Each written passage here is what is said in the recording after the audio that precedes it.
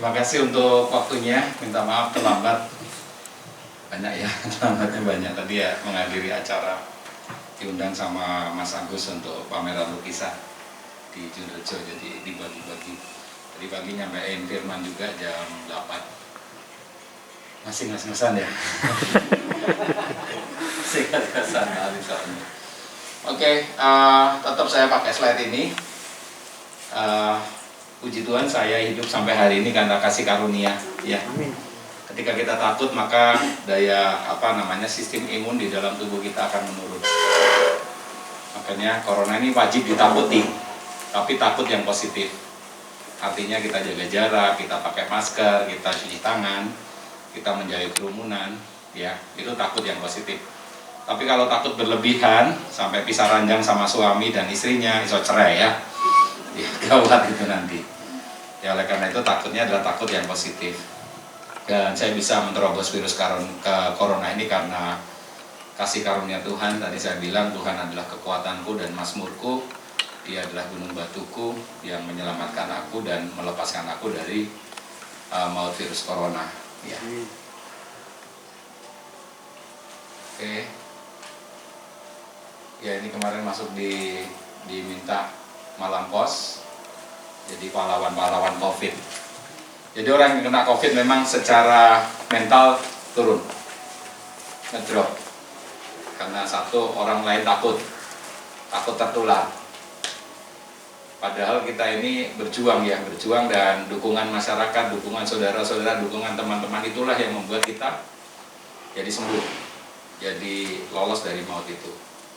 Ya, makanya waktu 17 Agustus kemarin berita utama saudara-saudara atau dokter-dokter yang kena COVID diwawancara oleh Malam Pos. Coronavirus adalah family virus, jadi yang menyebabkan penyakit SARS sama MERS. Jadi dia saudaranya SARS sama MERS, saudara. SARS aja, Severe Acute Respiratory Syndrome aja sudah menyebabkan kematian, yang berbahaya sekali. MERS mid-ACE ya, respiratory syndrome, itu adalah sindrom pernapasan dari Timur Tengah. Itu juga mematikan. Itu H5N1, SARS itu penyebabnya adalah H5N1 yang dikenal dengan flu burung, mematikan. Apalagi sekarang yang namanya coronavirus ya. Ini saudaranya mereka. Jadi ini lebih kejam lagi.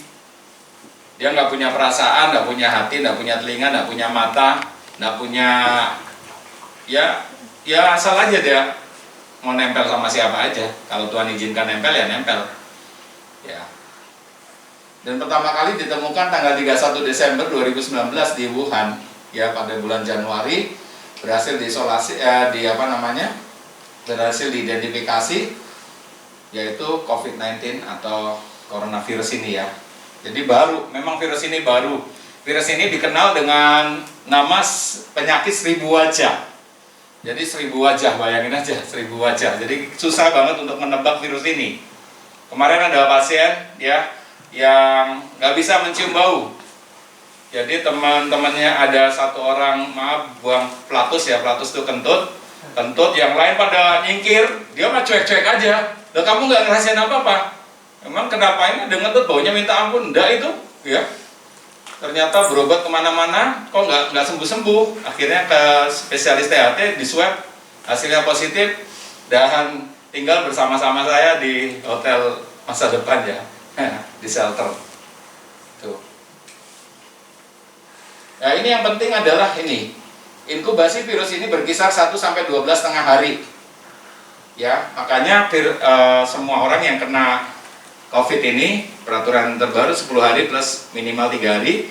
Kalau saya masih pakai yang lama, 14 hari dia harus isolasi. Karena hari ke-15, ya secara teori, kemampuan virus ini sudah menurun dan tidak menular ke orang lain. Ya, jadi ini sesuai dengan teorinya ini 1-12 setengah hari. Penularannya melalui droplet. Droplet infection itu orang batuk, di situ ada riak, ya. Butiran-butiran kecil itu. Disitulah di dalamnya ada virus corona yang molekulnya kecil sekali, dan dia bisa sampai jarak 1,5 meter. Makanya kita harus Minimal 1,5 meter jaraknya. Kenapa? Ketika dia batuk, dia bisa menular ke kita. Bisa kontak dengan sekresi pernapasan pasien. Makanya saya bersyukur ketika saya positif, tidur sama istri, ya istri tetap negatif. Swab beberapa kali tetap negatif. Ini saya, ini istri tidur sebelahan, ini anak saya yang kecil, Diela. Malah nyebrang ke sana, dia yang positif. Ya.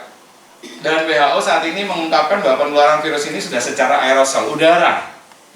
Jadi bagi Bapak Ibu dan Saudara yang masih perlu udara, tadi saya ngos-ngosan ya, tadi suruh ngambil napas dulu, ambil napas dulu.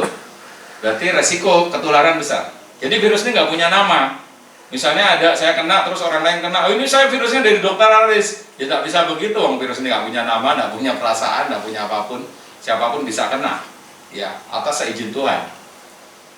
Belum ada obat atau vaksin, jadi jelas ya belum ada obat atau vaksin. Ini dari satu perusahaan farmasi besar di Indonesia menemukan namanya obat antivirusnya, harganya udah diturunkan aja masih 1 juta kemarin sempat baca di ini. Diturunkan aja masih harganya 1 juta, mahal ya, mahal, sehari sekali, kalau 14 hari 14 juta, sembuh apa mati ya, karena virus adalah self limiting disease. Yang terpenting adalah virus ini adalah self limiting disease, artinya tubuh bisa mengobati sendiri. Jadi waktu saya sakit ditanya, dokter obatnya apa? Saya biasa kalau merawat pasien COVID obatnya ya 1, 2, 3, 4 plus vitamin. Ini obat wajib yang biasa kita kasih. Pada waktu saya sakit, obat ini saya minum, saya muntah. Karena saya kenanya bukan di pernapasan awalnya, saya muntah sama diare. Satu hari itu lebih dari 10 kali. Ya, diarenya 20 kali, sehingga lemes saya masuk ke UGD. Padahal hari Sabtu saya di rapid non reaktif, 1 minggu sebelumnya saya setiap 14 hari sekali, saya rapid non reaktif terus. Giliran saya diare, Sabtu non reaktif, Minggu istirahat, Senin istirahat, Selasa nggak kuat, masuk rumah sakit, saya minta di rapid lagi, ternyata sudah reaktif. Jadi virus ini 1000 wajah seperti itu, artinya nggak khas gejalanya sekarang ini. Ya, oleh karena itu kalau ditanya, saya sembuhnya pakai obat apa? Ya self limiting disease. Tubuh saya sendiri yang menyembuhkan, ya karena Tuhan tadi ya. Lihat di Jawa Timur nih, waktu kemarin kita sharing di kantor ya, tanggal 28 September itu 43.000. Bayangin aja, sekarang tadi pagi ya sebelum kesini saya cari lagi yang 3 Oktober belum dapat ya. Ini 2 Oktober 2 Oktober kan baru beberapa hari yang lalu sudah jadi 44.000. Ngeri ya. Tapi bersyukur angka kematian masih tetap di 7,31%. Ya, angka kesembuhan ya, angka kesembuh lebih banyak 85,11. Artinya apa sih begini? Kita boleh takut, tetapi kita boleh bersyukur ya virus ini bisa dikendalikan. Artinya bisa recovery, dia bisa kembali. Ya, ini bisa sembuh. Ya, waktu itu infiltrat paru di paru-paru saya separuh lapangan paru. Dengan saturasi oksigen saya 84, dokternya udah takut waktu itu saya harus dirujuk ke RSS Hamalang atau ke Karsa untuk backup ventilator. Ya, yang saya tahu kalau ventilator angkanya ya 50-50 lah, 50% hidup, 50% meninggal. Puji Tuhan karena nggak ada tempat waktu itu, akhirnya saya tetap bertahan di Rumah Sakit Baptis Batu, dan karena kasih karunia Tuhan persis hari ke-14 saya sudah mulai perbaikan, hari ke-15 saya pulang, kemudian saya pemulihan. Jadi waktu yang saya butuhkan 40 hari untuk memulihkan paru-paru saya. Ya, jadi ini gejalanya, gejala dan tanda demam. Tetap demam masih khas pada pasien-pasien COVID, demam masih khas. Jadi lebih dari sama dengan 38 derajat Celcius. Ya, lebih dari sama dengan 38 derajat Celcius. Gangguan pernapasan, batuk, sesak, pilek, badan lemah, tidak enak badan, mual, muntah, diare, sakit kepala, tadi yang saya bilang hiposmia, anosmia, tidak bisa membau. Itu gejalanya. Ya, kalau dulu khas waktu pertama orang batuk, sesak, wah ini COVID gitu ya. Sekarang nggak bisa, orang nggak bisa bawa aja tahu-tahu COVID. Ya, anak saya nggak ada apa-apa, tahu-tahu diswab positif, gitu ya. Dan semua gejala tersebut tahap lanjut, memang ada ringan, sedang, berat, kritis ya. Saya ringkas saja segini supaya mudah. Yang tahap lanjut dia radang paru-paru yang namanya pneumonia. Dia khas mulai dari kalau pneumonia bakteri biasa dari atas ke bawah, kalau ini dari samping kemudian naik ke atas. Seperti itu. Kemudian bronkitis. Makanya kalau dulu orang bronkitis ya perokok ya, di daerah dingin terus dia alergi bronkitis. Tapi sekarang kalau fotonya bronkitis, maka kita harus curiga corona. Ya, yang lebih keren lagi setelah mutasi menjadi, kalau nggak salah D610G ya, dia mutasi menyebabkan gejala yang namanya happy hipoksia. Happy itu kan senang ya. Hipoksia itu kekurangan oksigen. Jadi dia kekurangan oksigen tapi nggak ada gejala apa-apa. Orangnya masih ke kantor, orangnya masih main bola, orangnya masih main futsal, tahu-tahu datang ke kita sesak meninggal. Lalu kita COVID-kan, terus timbullah macam-macam. Katanya rumah sakit meng-COVID-kan, tidak, kita tidak pernah meng-COVID-kan, nggak ada untungnya untuk kita. Ya katanya kalau di COVID-kan lumayan loh, dapatnya banyak, rumah sakit tidak. Kita malah kalau nggak bisa nggak nerima pasien COVID, karena resiko penularan besar. Kalau dia kuat ya hidup, kalau nggak kuat ya langsung wes bablas nyawone ya. Jadi seperti itu happy hipoksia ini, dia nggak ada gejala, tapi datang ke kita, dia masih senyum-senyum. Kemudian kita foto, tahu-tahu fotonya apa? Paru-parunya sudah pneumonia severe pneumonia atau pneumonia berat et causa viral infection, infeksi virus. Kemudian kita rapid non reaktif misalnya ataupun reaktif, kita tetap harus pakai swab PCR karena yang untuk gold standar atau standar emasnya untuk pemeriksaan corona adalah swab PCR.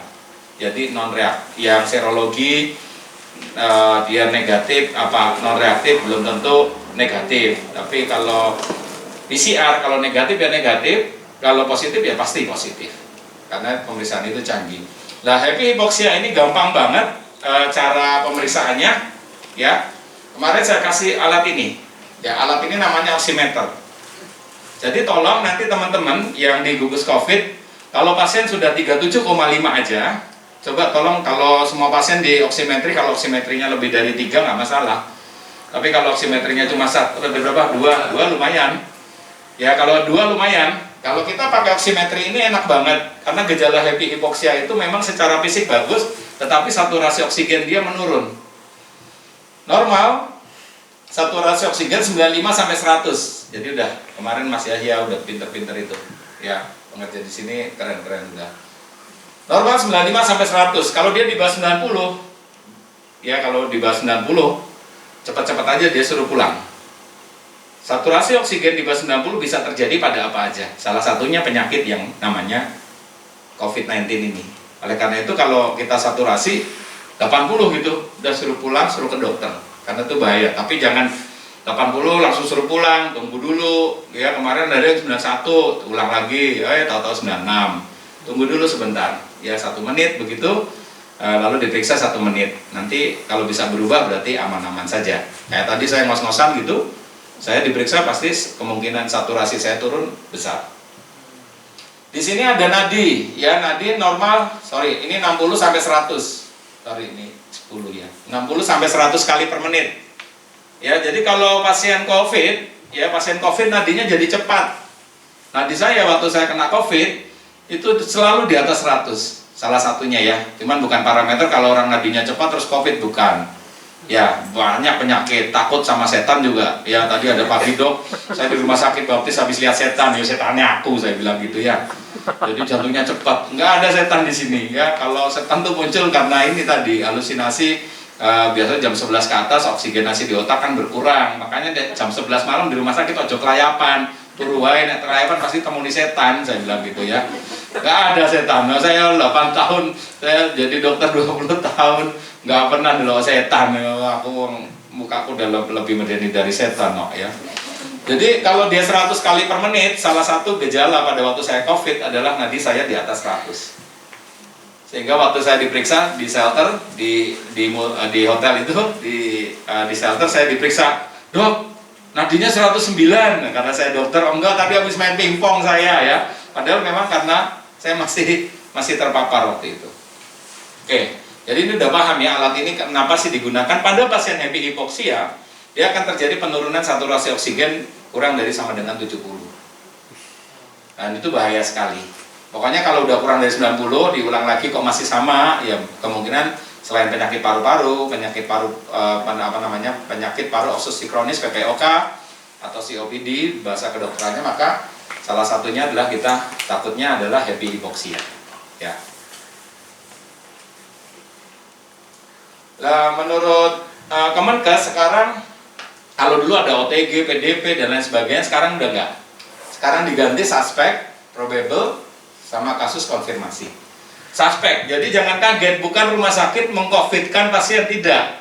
Tapi semua orang panas, batuk, pilek, nyeri tenggorokan, kita harus curiga orang itu COVID. Curiga kan boleh supaya kita waspada, okay? Supaya kita waspada, maka kita harus curiga orang yang batuk, panas, ya kita langsung, kalau dibaptis ada ruang tersendiri. Kalau mereka sudah di screening di depan, selain suhunya panas, kemudian ada batuk, gitu ya, langsung ditaruh di kamar sendiri, sehingga nggak campur sama yang lain. Seperti itu. Jadi suspek itu. Jadi belum ada, setelah batuk pilek dia di rapid non reaktif, tetap kita sebut suspek, curiga. Kalau ada gejala probable, gejalanya persis seperti COVID, ya seperti COVID, ada batuk, panas, sesak. Pada waktu pemeriksaan fisik saya dapatkan infiltrat paru, maka kita sebut probable, ya. Yang harus masuk rumah sakit itu probable kalau dia belum di swab. Misalnya di hasil rapidnya non reaktif atau reaktif, kalau belum ada swab, kita dengan gejala khas COVID, ya yang 1000 wajah tadi, maka kita sebut dia tetap probable. Ya, kemungkinan. Ya, kalau ini curiga, yang ini kemungkinan. Yang terakhir adalah ini, yang paling penting kita harus tahu ya, konfirmasi. Konfirmasi ini artinya PCR, swab PCR positif. Jadi kalau masih non reaktif atau reaktif itu kita belum bisa menyatakan bahwa orang ini COVID-19. Makanya yang terakhir adalah kasus konfirmasi. Kasus konfirmasi dibagi menjadi 2, dengan gejala dan tanpa gejala. Anggap aja kita sebut OTG, orang tanpa gejala, tapi sudah konfirmasi positif swab PCR. Sedangkan yang kedua adalah orang dengan gejala atau simptomatik. Konfirmasi, jadi PCR-nya positif, dia dengan gejala. Nah, gejala dibagi menjadi ringan, sedang, berat, kritis. Pada waktu saya masuk ke bagian yang berat, belum sampai kritis. Kalau kritis sudah pasti saturasi oksigennya di bawah 60 tadi, ya, atau gagal napas tipe 2. Saya baru gagal napas tipe 1. Kalau tipe 2 itu keadaan kritis, dia harus pasang ventilator, mau nggak mau harus pasang ventilator. Walaupun ventilator sampai hari ini masih pro dan kontra, apakah menolong atau malah mempercepat kematian. Ya, dari beberapa pasien yang pasang ventilator juga banyak yang hidup, ya. Pasien saya ada dari Batu kemarin, waktu dia keluhan seperti ini saya langsung suruh, kemungkinan COVID dan benar, keluarga juga kena, tapi yang lain tanpa gejala, ibunya ini pasang ventilator. Hari Kamis kemarin kontrol dan senang sekali, sampai peluk-pelukan kita ya, sesama orang positif, jangan saling mendahului. Ya, jadi nggak takut kita. Ya udah peluk-pelukan, dokter terima kasih ya dok, gitu saya bisa lepas dari ventilator dan hidup. Padahal usianya sudah tua, 67. Dengan ada komorbid, ya, komorbid itu penyakit penyerta, kencing manis, lanjut usia, jantung, ya, kemudian gagal ginjal, kemudian stroke, ya, itu adalah penyakit komorbid, penyakit yang menyertai. Dari tadi yang saya bilang tadi, angka kematiannya berapa tadi? 7%, ya, 7,31%. Ini paling banyak mereka yang memiliki komorbid atau penyakit penyerta. Sedangkan yang tidak memiliki penyakit penyerta kebanyakan sembuh, makanya yang sembuh lebih banyak ya, ternyata ya 85,11%. Tuh, dan ini membuat kita optimis ya, para tenaga kesehatan, para dokter optimis banget ya. Ya, ini kita pakai pedoman yang ini ya, KMK, Keputusan Menteri Kesehatan Republik Indonesia 0107 nomor 413 2020, baru dikeluarkan tanggal 13 Juli 2020, itu waktu saya di shelter. Jadi kerjanya di shelter tuh cuma belajar corona aja, bagaimana saya bisa cepat keluar. Dulu peraturan yang dulu, kalau orang kena COVID, ya kemudian dia diisolasi, dia harus dilakukan swab PCR Ya di swab tuh nggak enak, di hidung sama tenggorokan. Ada yang pernah di swab? Rasanya nggak enak. Kalau 1 kali masih lupa. Kalau 8 kali kayak saya, hidung ini rasanya pengap-pengap. Udah hidung saya besar ya. Hidung saya katanya istri saya, oh, anak saya kalau hidung besar gitu ya. Orang ngerti nih hidung besar rezekinya akeh ya. Karena nyedotnya banyak ya udaranya. Jadi saya belajar ini akhirnya dapat, bagaimana nih caranya saya bisa keluar dari isolasi ini? Ya, sehari, 2 hari, 3 hari di hotel enak ya. Tapi kalau sudah sampai 14 hari, ada yang kemarin 23 hari, udah mikir, aduh Pak Ijo orang nganggu utang dok, bener dok, orang kerja nyaur utang dok, saya udah 23 hari, dia bilang gitu. Ada yang 16 hari, saya bayari cicilan kulo sinten nggih dok. Lah Bapak sudah berapa kali di swab? 3 kali, udah berapa hari sekali swabnya? Itu dok seminggu sekali, baru 3 kali positif terus. Ya, saya punya teman 30 kali swab. Positif terus, akhirnya karena persyaratan yang dulu 2 kali swab, hasilnya negatif, baru dianggap sembuh. Sedangkan yang ini sudah beda lagi, karena ini karena penyakit baru, terus diteliti, sampailah kepada kesimpulan, setelah hari ke-14, pasien itu dinyatakan sembuh, ya, virus itu tidak lagi menular, virus itu akan melemah dan tidak menular lagi. Sehingga perlu diisolasi 14 hari. 14 hari, paling aman setelah dia swab hari ini positif misalnya, baru 14 hari ke depan. Ya sebenarnya nggak 14 hari juga, tapi saya lebih suka pakai 14 hari dan gampang. Ya, ini dia. Yang penting adalah ini. Kalau dia konfirmasi berarti positif, mau suspek mau probable, pokoknya harus di PCR dulu, swab PCR dulu. Kalau dia tidak bergejala, ini lihat. Makanya kalau sakit masih kuat bertahan di rumah, bertahan di rumah. Nek ora urusannya dawa wis. Gitu ya. Kalau kuat bertahan di rumah. Kayak Dela tanpa gejala, anak saya yang 3,5 tahun tanpa gejala sudah di rumah. Di rumah di sini isolasi mandiri. Atau kalau ada di Jakarta ada ini ya, Wisma Atlet itu rumah sakit darurat. Isolasi minimal 10 hari sejak ditegakkan diagnosis. Jadi kalau hari ini swab positif, berarti 10 hari ke depan dia harus di rumah. Nggak boleh kemana-mana. Kenapa sih? Karena waktu ini adalah waktu yang bisa menularkan ke orang lain. Oke lah dia tanpa gejala dia kuat, tapi orang lain kan belum tentu kuat. Makanya dia harus isolasi. Makanya saya kalau bilang pasien yang pengen cepat pulang, kamu sayang nggak sama anak istri? Sayang dok. Makanya di sini aja dulu. Sampai kita memutuskan kamu boleh keluar. Kalau kamu sudah boleh keluar, berarti itu sudah tidak menular lagi virusmu. Jadi kamu menyayangi anak istrimu. Duh anak saya pengen ketemu saya, ya wes nanti sih gitu ya. Perlu digarisbawahi, jadi orang dinyatakan sembuh itu tanpa follow up PCR. Jadi hari ini positif kemudian diisolasi 10 hari di rumah, hari ke-11, 12, 13, kalau saya amannya 14 dah ya, karena tadi masa inkubasi 1 sampai 12 setengah hari. Taruhlah 14 hari, walaupun ini Kemenkes juga ini dari penelitian dan ini juga dari rekomendasi WHO tanggal 27 Mei kalau nggak salah.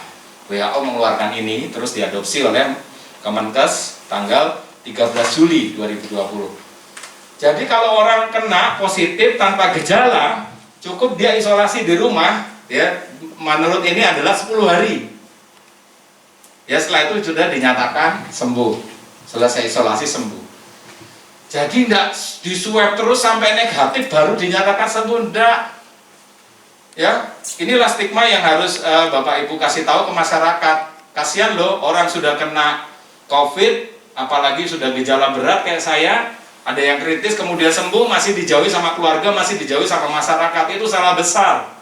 Kenapa? Karena kalau sudah dinyatakan sembuh oleh DPJP, dokter penanggung jawab pasien, atau dinas kesehatan yang terkait dengan ini gugus COVID, maka dia sudah tidak menular. Bahkan kalau boleh saya katakan, orang yang kayak saya malah takutnya sama kalian yang belum pernah diswab atau swab hasilnya negatif. Swab PCR hasilnya negatif, pasti negatif, nggak bisa terpapar lagi, masih bisa. Selama PCR kita negatif, kita masih bisa terpapar. Kalau orang yang sudah kena kayak saya, sudah terbentuk antibodi walaupun dia hanya bertahan 3-6 bulan. Tetapi kalaupun kena, saya cuman gejalanya ringan. Ya nanti ada. Kalau dia konfirmasi dibagi ringan sampai sedang.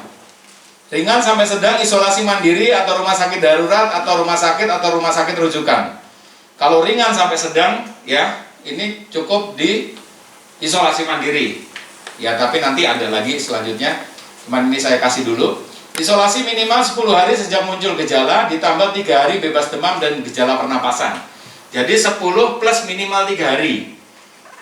Ya makanya saya bilang tadi udahlah paling aman 14 hari kita patokannya, ben gampang ingatnya juga. Kalau 10 hari plus 3 hari, aduh lupa ya saya. Kalau saya kena positif PCR tanggal 10, kalau 14 berarti tanggal 24 selesai. Gitu ya cara ngitungnya. Tanpa follow up PCR, orang sudah dinyatakan sembuh. Jadi walaupun di swab 2 kali, 3 kali hasilnya positif, tapi kalau dia sudah diisolasi, maka dia sudah dinyatakan sembuh. Kita pakai hitungan, kalau DB itu virus juga, virus dengue ya hemorrhagic fever, dengue, apalah istilahnya. Ya virus itu 7 hari, hari ke-8 sembuh sendiri. Kalau orang kena DB tunggu aja, 7 hari, kenanya Senin, sembuhnya Senin kalau DB. Kalau corona, kenanya Senin, sembuhnya Senin depannya lagi. Apa yang ditakuti? Kalau kita punya Tuhan. Ya Tante, tidak ada yang perlu ditakuti ya Tante ya. Ini loh, ini teladan saya. Ya tetap berapi-api walaupun habis itu migrain ya. Itu ya. Sampai aduh aku ikut doa berkat sopo-sopo iki. Mas saya ada pendeta dia. Ya. Gitu ya. Jadi takut itu menyebabkan imun kita turun. Yang berlebihan loh ya. Takut yang positif ya ini tadi. Jadi tanpa PCR maupun dia positif maupun negatif, kalau sudah 14 hari dinyatakan sembuh oleh DPJP dan Dinas Kesehatan, maka dia sudah sembuh, tidak menularkan lagi. Jadi jangan ditolak kalau dia pulang. Ada yang telepon saya, dokter, saya baru pulang dok, udah kayak monster dok, semua orang saya lewat tutup pintu. Bagus toh, nek dia dagang ambilin dagangannya tadi. Cikuan ya. Nek wis dipegang kamu kan dia tambah takut, PN ya rasa bayar. Sampai tak guyoni gitu. Sambil nangis soalnya, dok, bener dok, saya kayak monster dok gitu. Ya wis, enggak apa-apa, malah nek denen duwe dagangan nutup langsung yang ada depan kamu ambil aja, enggak bakal ngoyak. Mbok kayak ora bakal pasti di gua, saya bilang gitu ya. Ya jadi prinsipnya ini, tanpa follow up PCR selesai isolasi dianggap sembuh. Oke. Kalau dia sakitnya berat atau kritis, maka dia isolasi rumah sakit atau rumah sakit rujukan minimal 10 hari sejak muncul gejala, ditambah 3 hari bebas demam dan gejala pernapasan, ditambah 1 kali PCR negatif. Jadi ceritanya begitu. Kenapa saya sampai 8 kali? Kenapa? Karena saya harus 1 kali negatif baru dinyatakan sembuh. Walaupun secara teori hari ke-15 itu saya sudah tidak nulari orang lain. Tetapi karena ini virus ini adalah 1000 wajah, ya, penyakit 1000 wajah, makanya kita tidak boleh main-main. Ya. Atau meninggal. Terakhir meninggal ini. Pasien dapat dipulangkan berdasarkan pertimbangan DPJP, dokter penanggung jawab pasien. Ya makanya ada pasien masuk Sabtu, PCR-nya baru Selasa positif. Harusnya kan dia masih diisolasi dulu ya, nggak boleh pulang ya sampai 10 hari ke depan. Hari ini saya pulangkan. Kenapa? Karena saya lihat semuanya membaik, klinisnya membaik. Kalau saya punya teori sendiri, kalau dia swabnya positif berarti dia sudah terpapar minimal 7 hari sebelumnya. Jadi tambah 7 hari ke depan selesai. Dia hari Sabtu kemarin 7 hari, 14 hari, hari ini ke-15 saya pulang aja. Dan memang tidak ada gejala, gitu ya. Nah ini pasien konfirmasi tanpa gejala, gejala ringan, gejala sedang, dan gejala berat kritis dinyatakan sembuh apabila telah memenuhi kriteria isolasi. Selesai isolasi dikeluarkan surat pernyataan selesai pemantauan berdasarkan penilaian dokter di Payankes atau tempat dilakukan pemantauan atau oleh DPJP. Pasien konfirmasi dengan gejala berat atau kritis dimungkinkan memiliki hasil pemeriksaan PCR persisten positif. Jadi kita itu bisa selamanya positif terus. Ya, bisa terus positif. Maka saya 8 kali, ada teman saya 30 kali positif terus. Kalau dulu nggak boleh keluar, sehingga dia kasihan teman-temannya pada keluar, dia jadi penjaga shelter. Ya, menjadi penjaga shelter, konconan besetan. Karena kelamaan. Dan ternyata setelah diteliti-teliti terus lah, dapatlah bahwa PCR itu masih dapat positif karena dia pemeriksaan PCR masih dapat mendeteksi bagian tubuh virus COVID-19 walaupun virus sudah tidak aktif lagi untuk menularkan lagi. Terhadap pasien tersebut, maka penentuan sembuh berdasarkan hasil asesmen yang dilakukan oleh DPJP. DPJP itu saya yang merawat pasien COVID. Jadi kalau saya, walaupun dia masih positif terus, ya, tetapi kalau saya lihat secara fisiknya bagus, semuanya nggak ada gejala, ya udah saya pulangin. Kemudian kalau di sini kebijakannya adalah seperti ini. Teman-teman, berdasarkan perintah Gubernur Jawa Timur dan instruksi Wali Kota Batu mulai per hari ini, Minggu 20 September 2020, semua kasus konfirm tanpa gejala dan konfirm dengan gejala ringan sedang harus diisolasi di shelter. Tidak diperkenankan lagi isolasi mandiri di rumah. Ya, jadi yang sakit masuk rumah sakit, pulang harus masuk shelter dulu. Ya, kalau yang sudah sakit terus di rumah, Dok, rapid, ya tunggu aja 14 hari. Hari ke-15 sudah aman. Tapi kalau yang sudah masuk rumah sakit karena datanya sudah masuk ke dinas, untuk menghindari tadi, karena penyakit ini 1000 aja, makanya kita nggak ngerti, ya udah ikut aja. Dia harus di shelter, ya untuk ketersediaan tempat di shelter dapat langsung berhubungan dengan Dokter Yuni, Sekretaris Dinas Kesehatan. Ini baru saya dapat kemarin. Jadi memang seperti itu. Tujuannya apa sih? Supaya tidak menularkan ke orang lain yang sehat. Orang lain yang sehat yang tertular belum tentu sekuat saya. Ya, belum tentu orang sekuat saya atau sekuat orang-orang yang tanpa gejala. Oleh karena itu harus diisolasi. Menkes tegaskan pasien corona yang sembuh tidak bisa menular lagi. Ya jelas lah, mau sembuh kan nggak ada gejala, nggak ada apa-apa, masa dia menular. Wong saya nggak ada gejala batuk, ya udah aman. Ya, jadi dia tidak menularkan lagi, tapi dia bisa ketularan. Di sini dikatakan ahli virus ya menegaskan bahwa pasien yang sudah pernah terinfeksi virus corona bisa kembali tertular. Penularan bisa kembali terjadi jika pasien corona yang sudah sembuh berada di lingkungan yang terpapar COVID. Namun perbedaannya, infeksi yang kedua akan lebih cepat pulih lantaran tubuh sudah membentuk kekebalan melawan corona. Makanya waktu saya dimasukin di shelter, dia nggak terima. Mas, kamu tuh baru sembuh, Mas. Di sana positif kabeh. Udah nggak apa-apa, nggak mungkin lah jeruk makan jeruk, saya bilang gitu ya. Di akhirnya masuk ke shelter, malah di sana tiap hari periksani orang yang wakat atau pendek gitu toh, anggo masker kain, tak periksain tiap hari, satu-satu tak periksain. Waduh, masih ada pneumonia, sabar ya Bu, sabar ya Pak, gitu. Mereka malah senang ketika mereka keluar bareng-bareng sama saya, 38 orang yang Ibu Wali Kota dan Pak Wakil Wali Kota datang, mereka langsung sujud syukur. Ada yang 23 hari, ada yang 16 hari, ada 26 hari, ada 30 hari, kan kelamaan. Mereka bilang, Dokter Aris ini ditiga guys, Gusti Allah saka langit tekan kene. Ya, bayangin aja shelter di situ. Sampai manajernya telepon, Dok, maaf ya Dok, ini kelasnya melati, ora apa-apa, aku biasa, biar presiden itu yang sekolah spesialis penyakit dalam itu nek tidur sak ketemu di lantai. Ya nek lantai anak kucingnya digusah, kita tidur sebentar. Jadi udah ini paling bagus, saya bilang begitu. Saking semua proses itu harus saya alami supaya saya bisa ngomong begini. Ya, ini gampang banget gejalanya: demam, batuk, pilek, gangguan pernapasan, sakit tenggorokan, letih, lesu. Dia ada kontak langsung dengan penderita atau melalui udara, benda terkontaminasi. Ya ini tadi melalui udara. Mencegahnya sama, ya patuhi protokol kesehatan. Saya sampai ke gereja ini benar-benar aman di sini. Saya ingat waktu doa pagi, tante diri di situ, ayo jangan lupa, apa ya wis nganggo masker. Yo cuci tangan, sudah. Ono sing lali meneh, apa? Urung digrujuk nganggo banyu. Nah itu saking kejeme. Yang lain juga kejem-kejem, saya udah terlambat pengennya cepet. Dideloki ngene ya wedi saya, masuk sih gitu ya. Karena itu satu-satunya obat.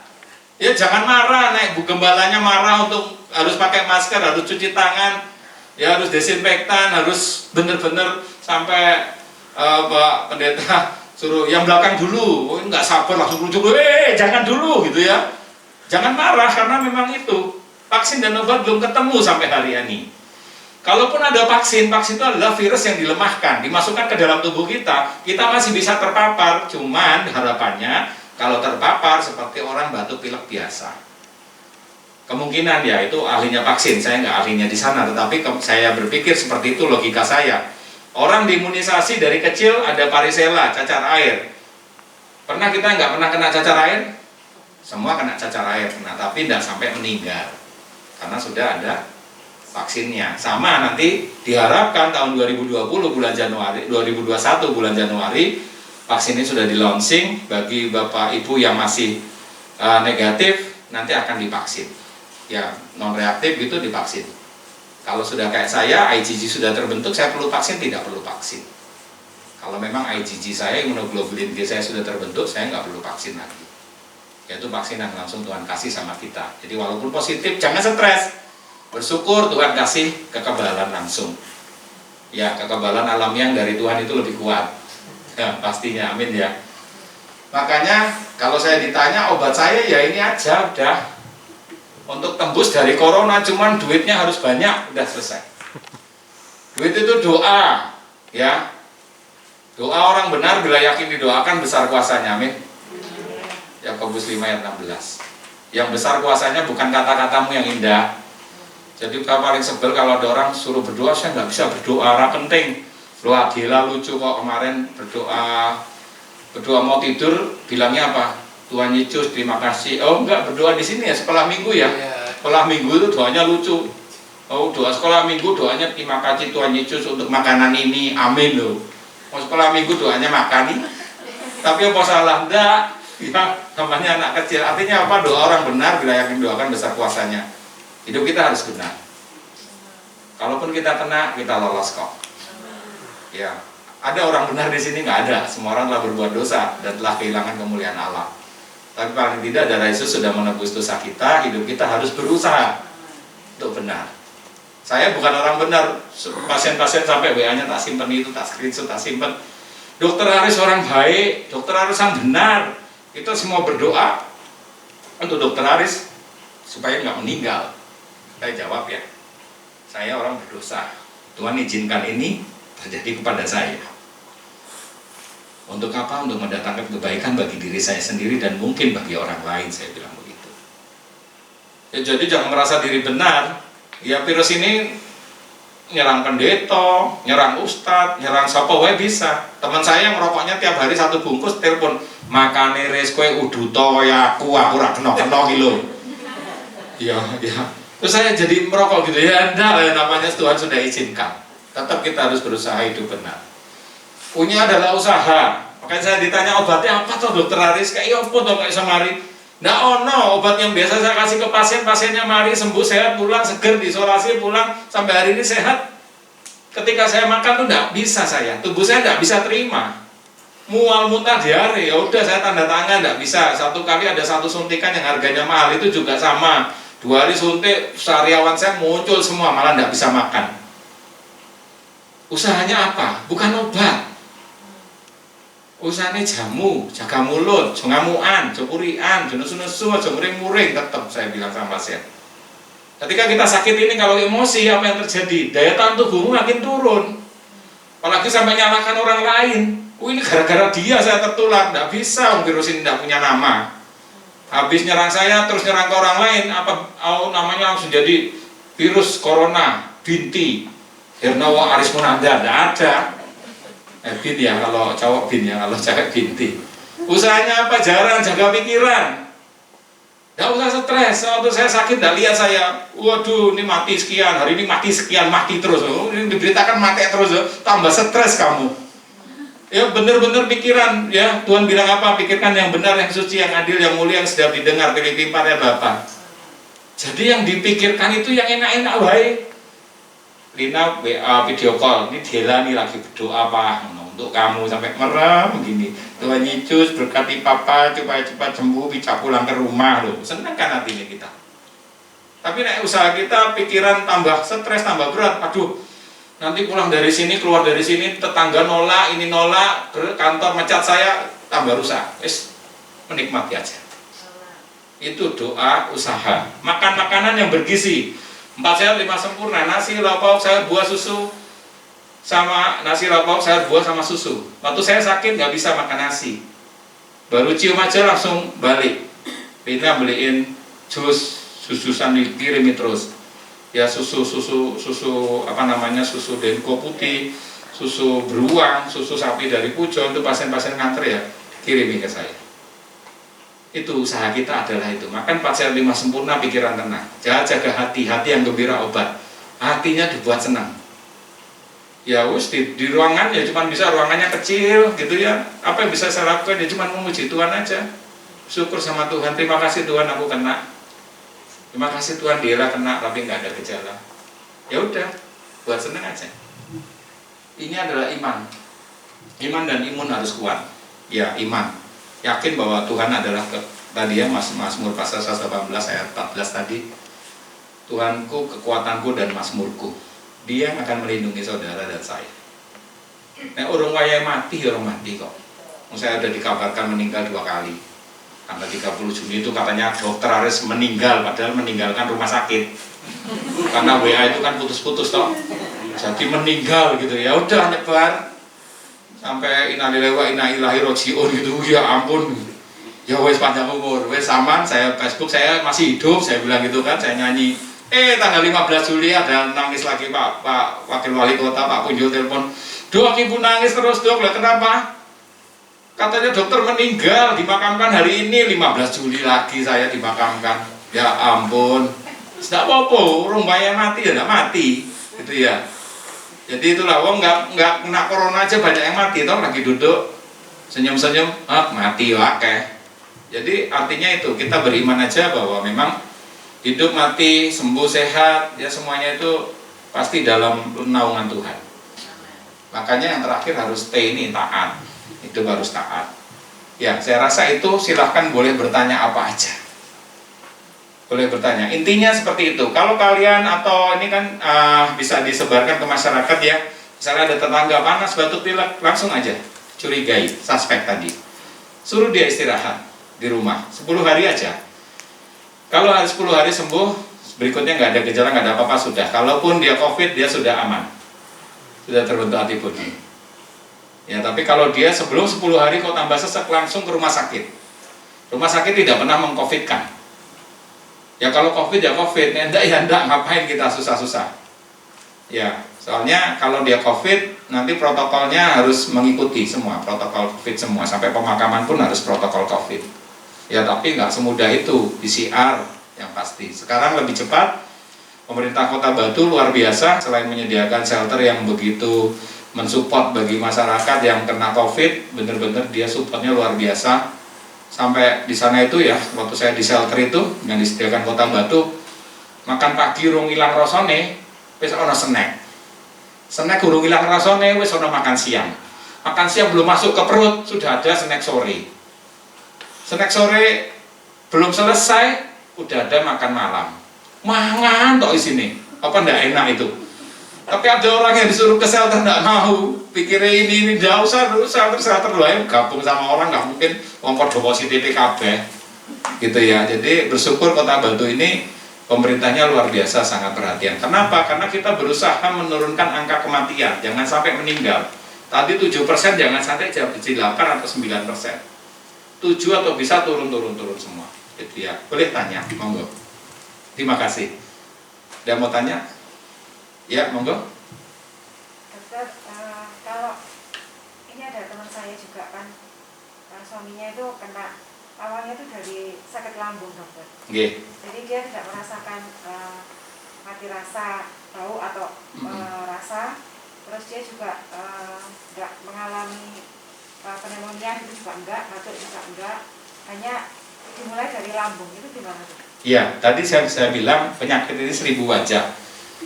Dia masuk ke sini, nasofaring itu di hidung, dia bersarang di sini, makanya nanti di swab ya, di swab hidung. Yang kedua swab tenggorokan karena dia di tenggorokan. Kemudian dia akan turun, istilahnya nanti penyebarannya dia mengikuti aliran darah dan lain sebagainya. Kalau kita jelaskan secara patofisiologi, mungkin orang awam nggak paham, saya jelaskan secara gampang aja.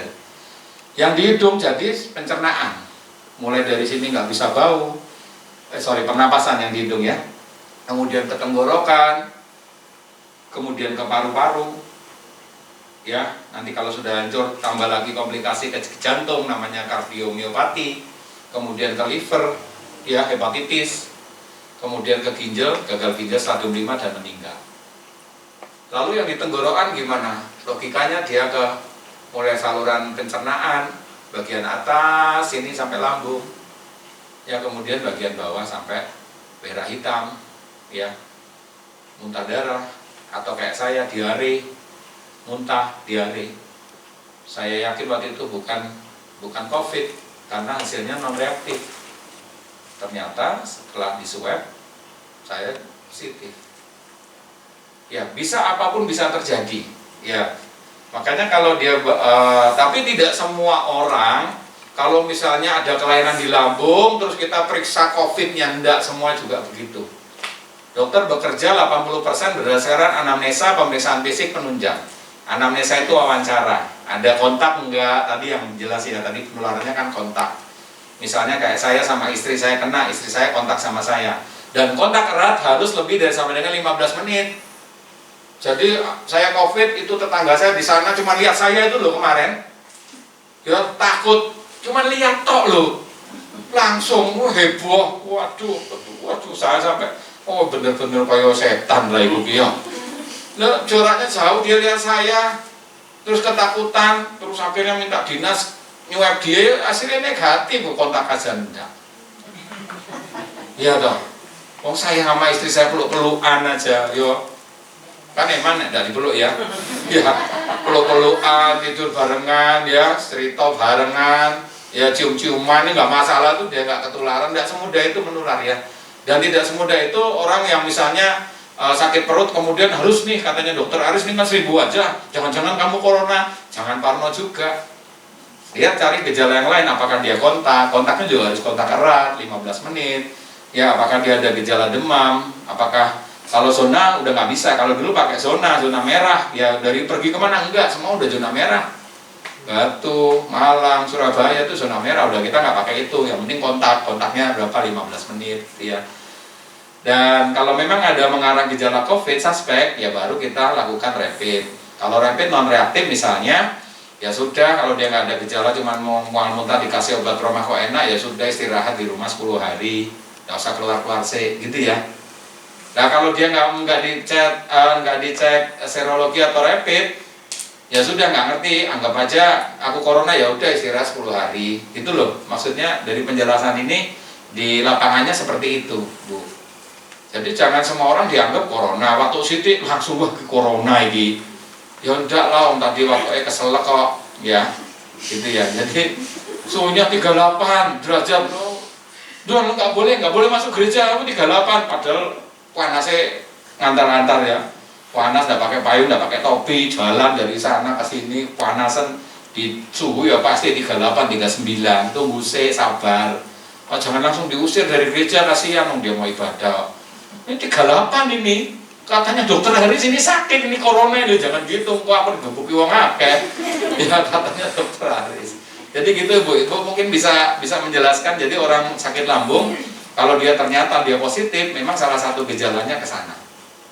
Kalau gejala positif, kemudian kita isolasi 10 hari, dia misalnya di rumah, dan dia membaik, ya sudah hari ke-11 dan seterusnya itu, dia sudah tidak menularkan lagi.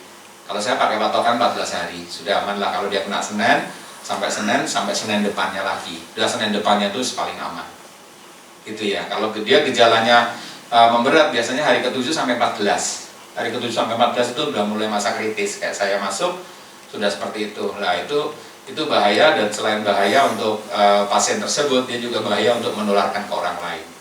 Makanya dia harus masuk rumah sakit yang punya fasilitas isolasi COVID. Gitu ya, rumah sakit COVID dan non COVID. Sekarang ada ruangan COVID dan ada ruangan non COVID. Oke. Bisa menjelaskan? 14 hari itu berarti dianggap aktivitas virusnya itu turun pasti ya? Ya, jadi kalau amannya kalau dia misalnya dengan gejala konfirmasi positif hari Selasa di swab positif hari ini, berarti dia 14 hari ke depan. Walaupun secara teori dia sudah terpapar sebelumnya, tetapi kan kita nggak tahu. Wong katanya penelitian juga berubah-ubah terus. Apakah kalau sudah swab PCR positif dia sudah gejala hari pertama, ataukah sudah 7 hari. Kalau tadi saya bilang saya pernah baca di referensi itu ada yang bilang sudah 7 hari terpapar. Tetapi karena ini masih belum, penelitiannya masih pro dan kontra, makanya setelah dia PCR positif hari Selasa, dia harus isolasi 14 hari.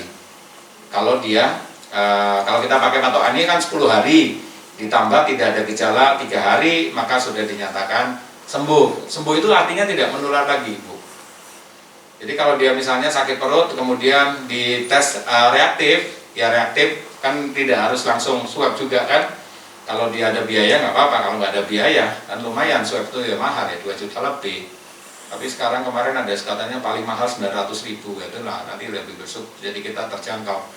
Tapi kalau dia nggak punya uang untuk swab, apa yang kita lakukan? Ya tetap dokter spesialis penyakit dalam 80% itu bisa mendiagnosa dengan anamnesa dan pemeriksaan fisik. Jadi 20%-nya baru penunjang. Kalau nggak ada penunjang ya sudah, tadi saya bilang istirahat 14 hari, nggak ada apa-apa, aman Mbak, sudah. Gitu nggih. Bisa menjelaskan? Bisa ya. Ada lagi? Terlalu cepat saya? Boleh. Oh tadi Pak ini dulu. Dokter, saya hanya mau menanyakan tentang yang orang meninggal secara umum ketika dia sudah terkena penyakit bawaan seperti diabetes, paru, atau jantung, kemudian dibawa ke rumah sakit, kemudian dikatakan dia meninggal karena COVID. Nah, akan ada yang diminta sama keluarga untuk dibuang paksa. Nah, kemudian ada yang mengatakan bahwa di tetangga saya itu bilang gini, iki dikongkon tanda tangan COVID, engkau oleh duit 20 juta. Apakah itu betul? Ya. Nah, bagaimana kita harus menjelaskan kepada masyarakat luas? Oke, ini yang jadi pro dan kontra ya, sampai Menteri Muldoko angkat bicara. Jangan sampai rumah sakit ada yang meng-COVID-kan begitu ya. Kita yang nakes-nakes ini yang di lapangan sudah bertaruh nyawa, istilahnya kan begitu. Tapi itulah masih pro dan kontra terus. Tetapi yang jelas Pak, pasien datang, ini prosedur yang tadi Kemenkes tadi. Kita pakai Kemenkes Pak. Kita tidak pakai aturan yang lain karena tinggal di Indonesia, kita pakai KMK tadi, keputusan Menteri Kesehatan, ya, yang tadi 403 tadi tahun 2020. Jadi ketika orang itu masuk Pak, mau sakit apapun, ya ketika dia masuk, kemudian ada gejala suspek atau probable. Pasien saya ada Pak kemarin pasien itu dengan sirosis hepatis. Sirosis hepatis itu udah saya rawat 8 tahun ini. Bolak-balik penurunan kesadaran, bolak-balik penurunan kesadaran. Ya, bolak-balik penurunan kesadaran. Ketika karena ada pneumonia, maka kita cek. Hasilnya rapidnya reaktif.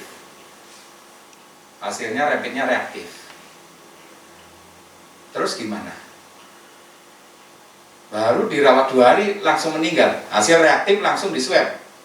Swabnya kan belum jadi Pak, gitu. Swabnya belum jadi tapi hasilnya reaktif.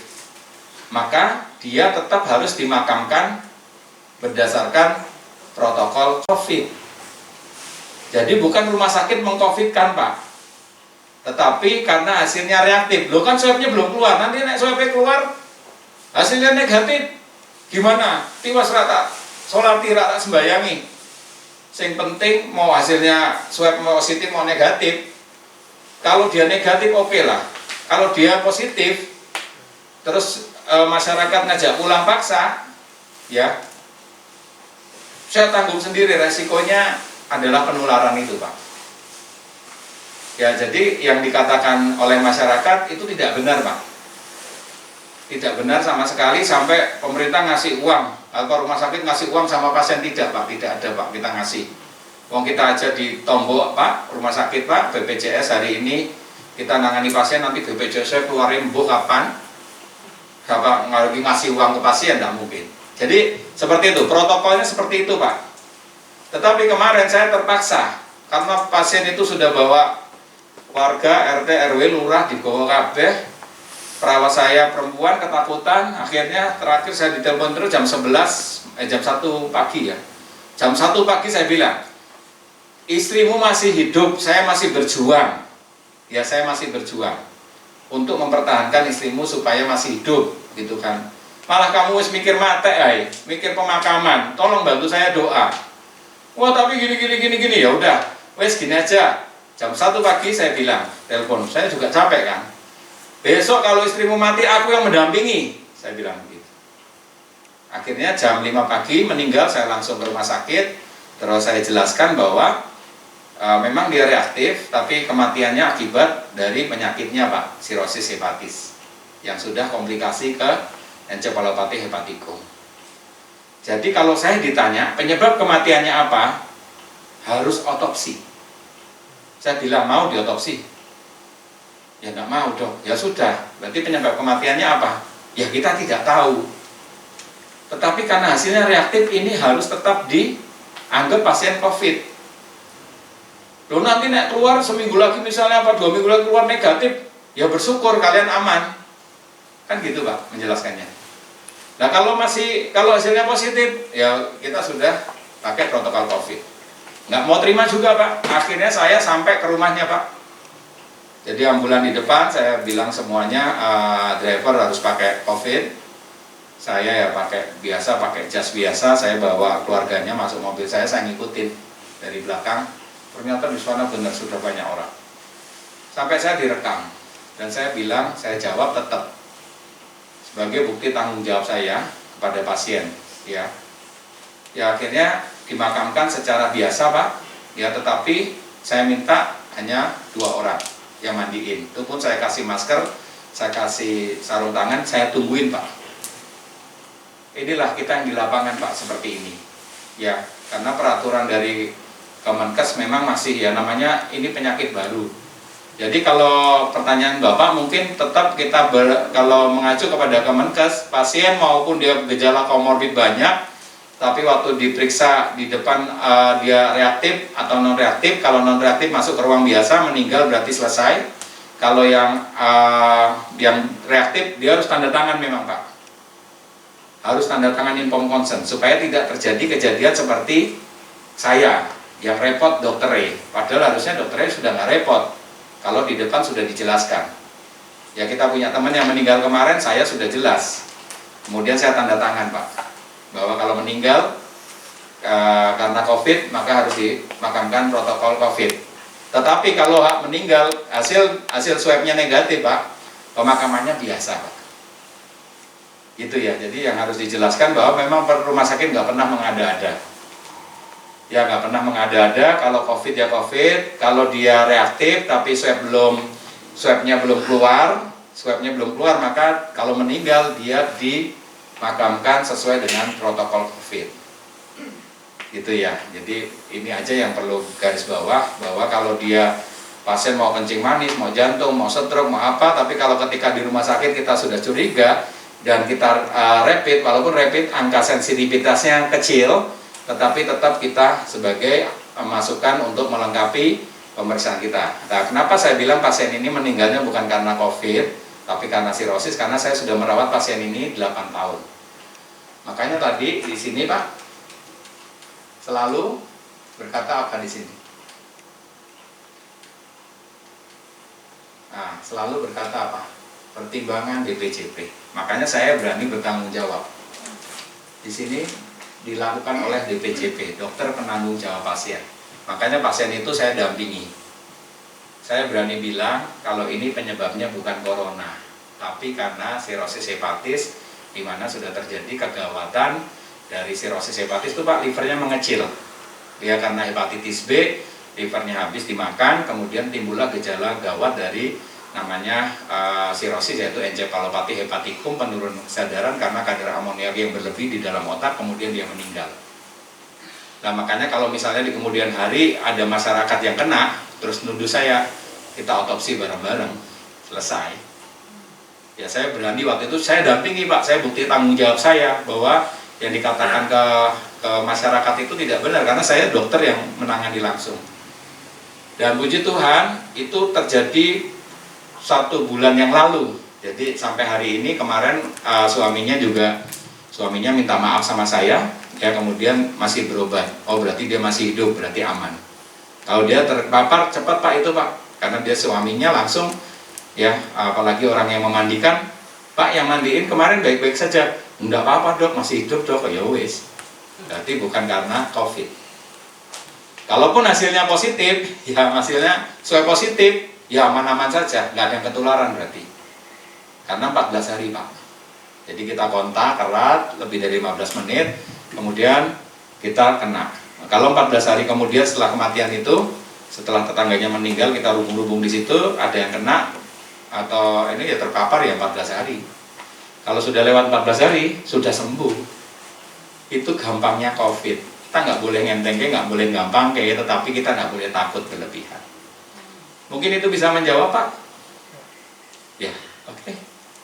Pak, Sampai jam berapa? Jam 1. Oke. Enggak, sebentar kok. Ini Lama juga nggak apa-apa kok.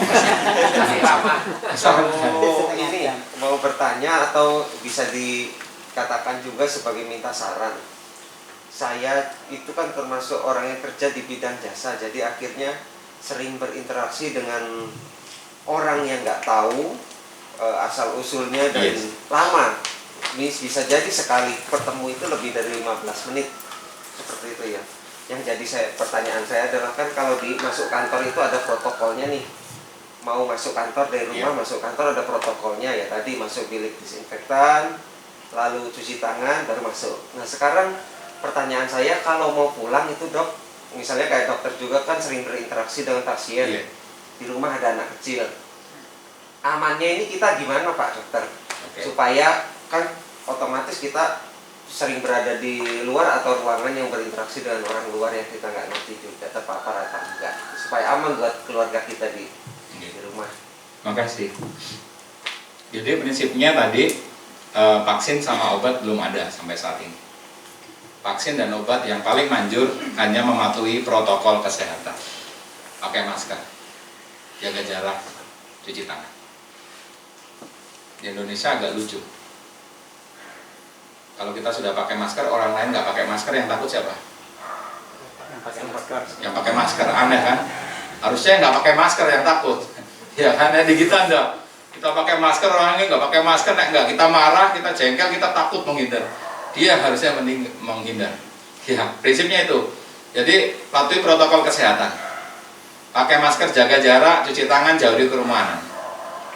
Saya masuk tadi pagi, suhu saya 36,2. Kemudian saya cuci tangan, ya. Kemudian saya jalan, periksa pasien. Setelah itu selesai, saya mandi. Tadi saya mandi di rumah sakit.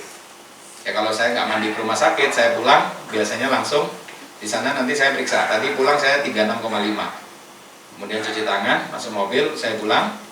Ya tadi biasanya saya mandi di rumah. Tadi mandi di rumah sakit karena saya harus khotbah. Saya takut baju yang saya pakai nulari ke orang lain, itu nggak boleh.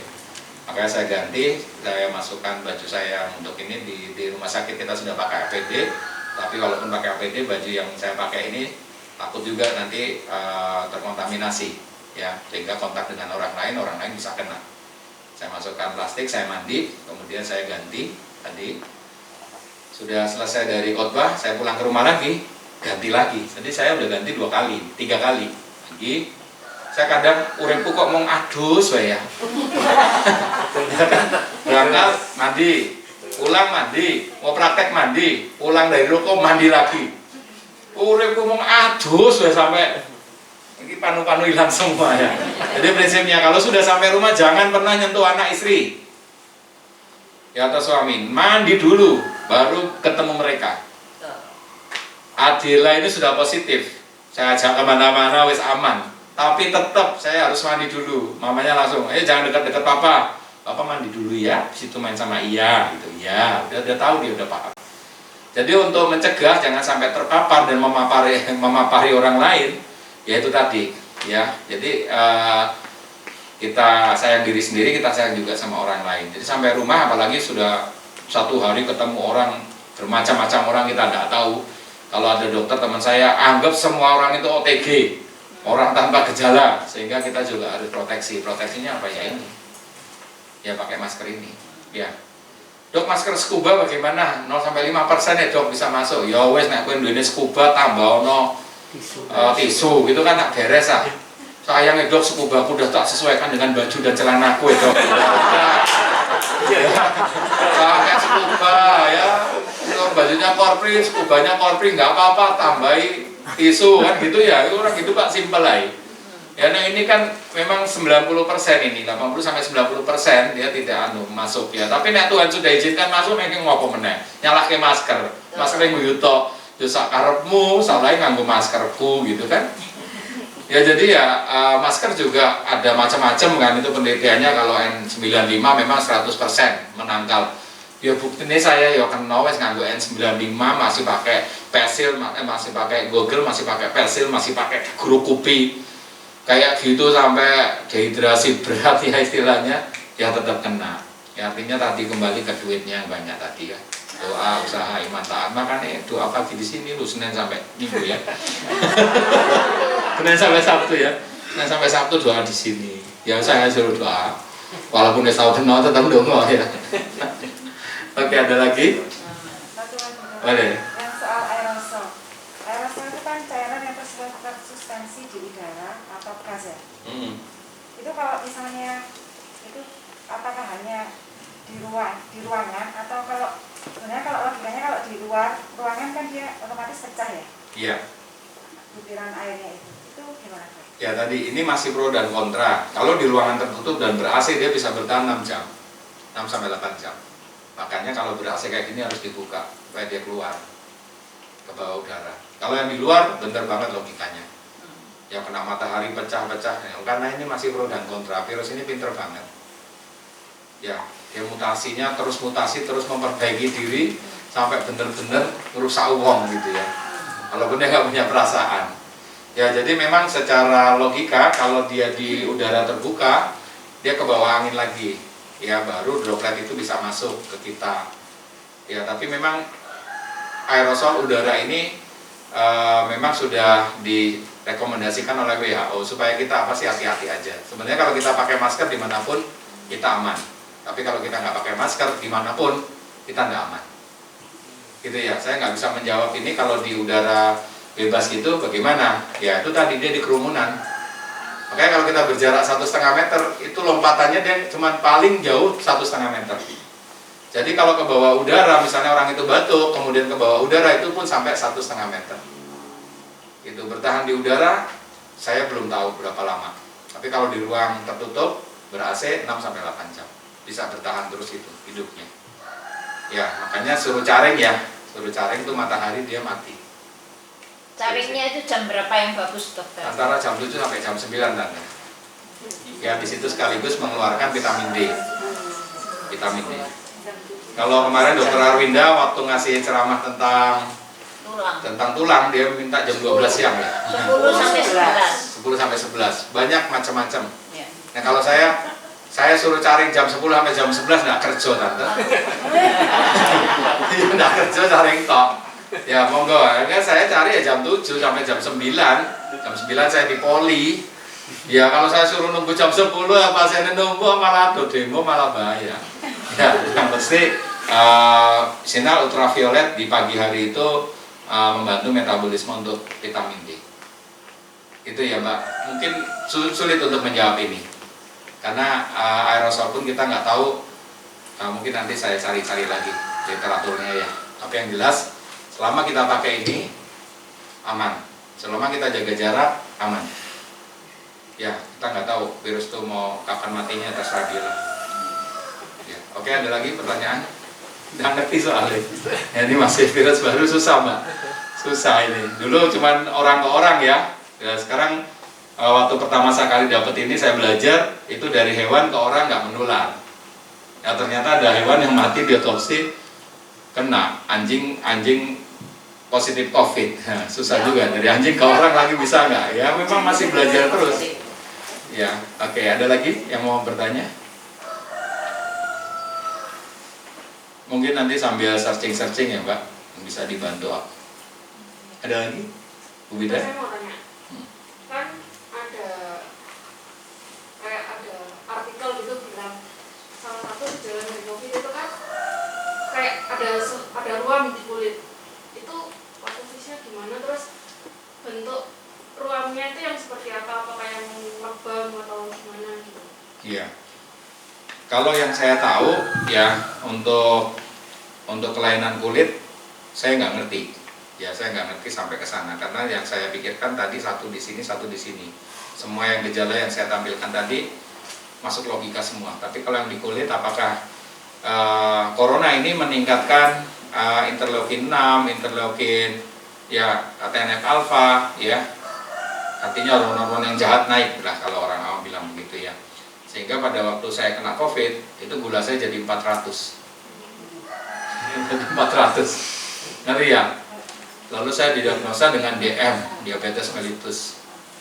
HbA1c saya jadi 11. Orang dikatakan DM kalau gula darah gula darah puasa lebih dari 126, gula darah 2 jam lebih dari 200. Waktu itu saya 400 dan A1C saya lebih dari 6,5 yaitu 11, mengerikan sekali. Sehingga waktu itu saya langsung minta insulin. Karena gula harus saya turunkan segera, kalau tidak ini jadi makanannya kuman. Gula itu kan makanannya kuman ya. Jadi harus saya turunkan supaya saya cepat sembuh. Ya, pakai insulin 4 kali. 4 kali pagi, siang, sore, malam selama di rumah sakit. Kemudian saya pulang, saya jadikan pagi, siang, malam. Kemudian beberapa minggu kemudian saya jadikan cuma pagi sama malam. Kemudian bulan Agustus kemarin saya jadikan sehari sekali. Bulan September kemarin sudah tidak pakai insulin dan setiap Senin saya cek 130, 109, 104, 110. Jadi dia bisa apa aja. Ya. Jadi pengaruhnya adalah dia menyebabkan reaksi inflamasi di mana interleukin 6, TNF alfa dan yang lain-lain itu meningkat. Yang kita sebut hormon jahat itu naik. Ya kalau kenanya di pencernaan ya jadi gangguan pencernaan. Kalau kenanya di pankreas jadilah saya kencing manis. Kalau kenanya di kulit ya jadilah kelainan kulit.